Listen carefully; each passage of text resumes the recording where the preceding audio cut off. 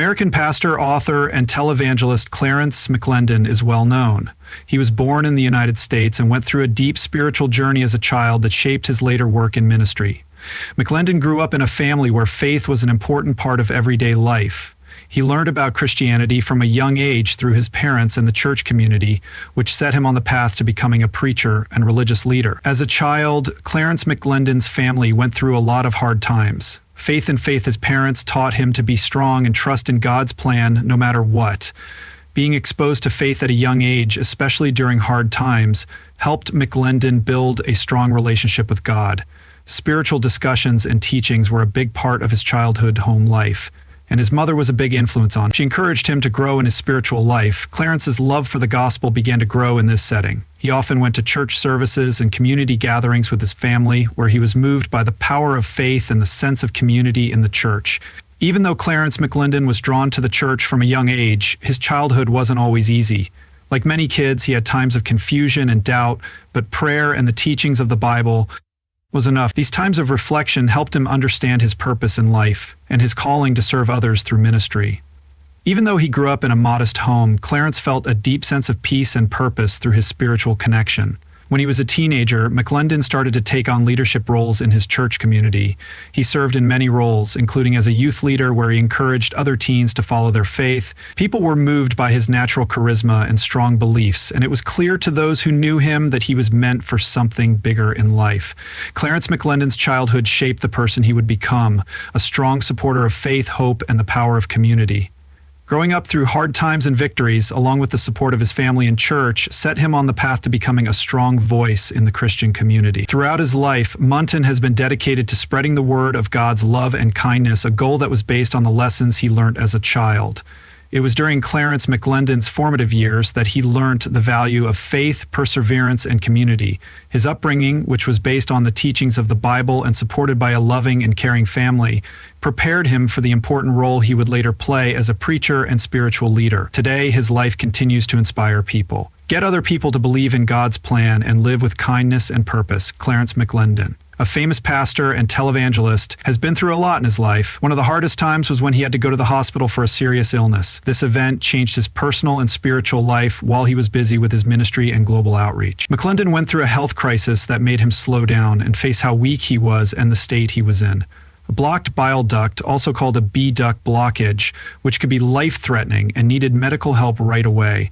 The signs started out slowly. At first, Clarence McClendon felt pain in his abdomen and then nausea and tiredness that wouldn't go away. At first, he tried to ignore these symptoms because he thought they might only be temporary or were just stress from his busy schedule. But as the pain got worse and his condition got worse, it became clear that something was wrong. He went to the doctor because he was worried about his health. After a series of tests and scans, it was found that he had a blocked bile duct, a condition that can cause liver damage, infections, and other serious problems if not treated. Being told he had this condition came as a shock to McClendon, who had always been very active in his ministry and personal life. He had spent years traveling, preaching, and encouraging others, but now he was lying in a hospital bed. He was in a hospital bed dealing with the reality of his own health problems. The news of his hospitalization sent waves of worry through his family, congregation, and supporters. It was a humbling experience for McClendon, as he had always been the one to help and guide others, but now he needed care and comfort himself. While he was in the hospital, McClendon was surrounded by loving support. His wife, children, and grandchildren were by his side, giving him emotional and physical support. They prayed with him and said words of comfort. His medical team was also caring, working hard to take care of his situation and make sure he got the right care. They gave him words of encouragement and reminded him of God's presence in his life, even when things were bad. A number of medical procedures were used, such as medications to reduce inflammation, duct drainage procedures, and close monitoring of his liver function.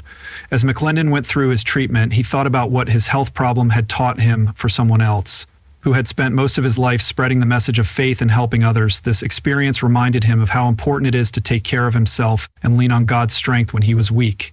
He admitted that because his work had always been about helping others, he had sometimes neglected his own health. His illness was a wake-up call that taught him that taking care of himself is important not only for his own health, but also for his ability to continue helping others while he was recovering.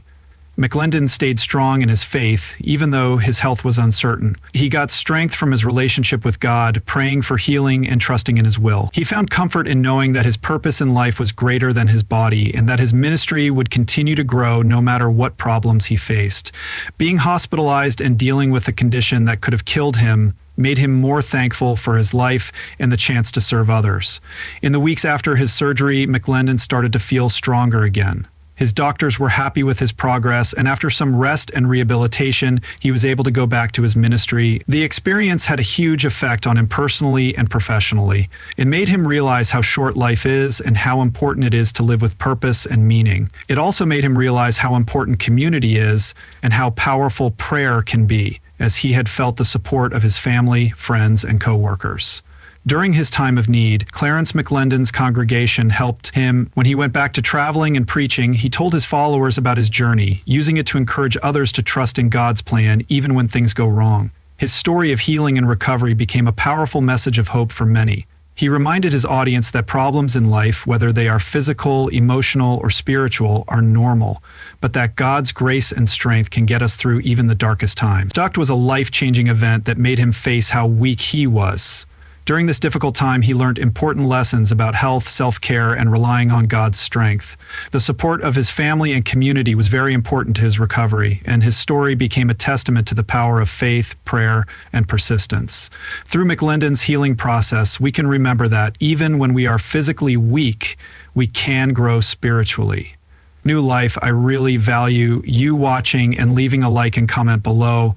If you liked the video, please do so. I look forward to seeing you in the next one.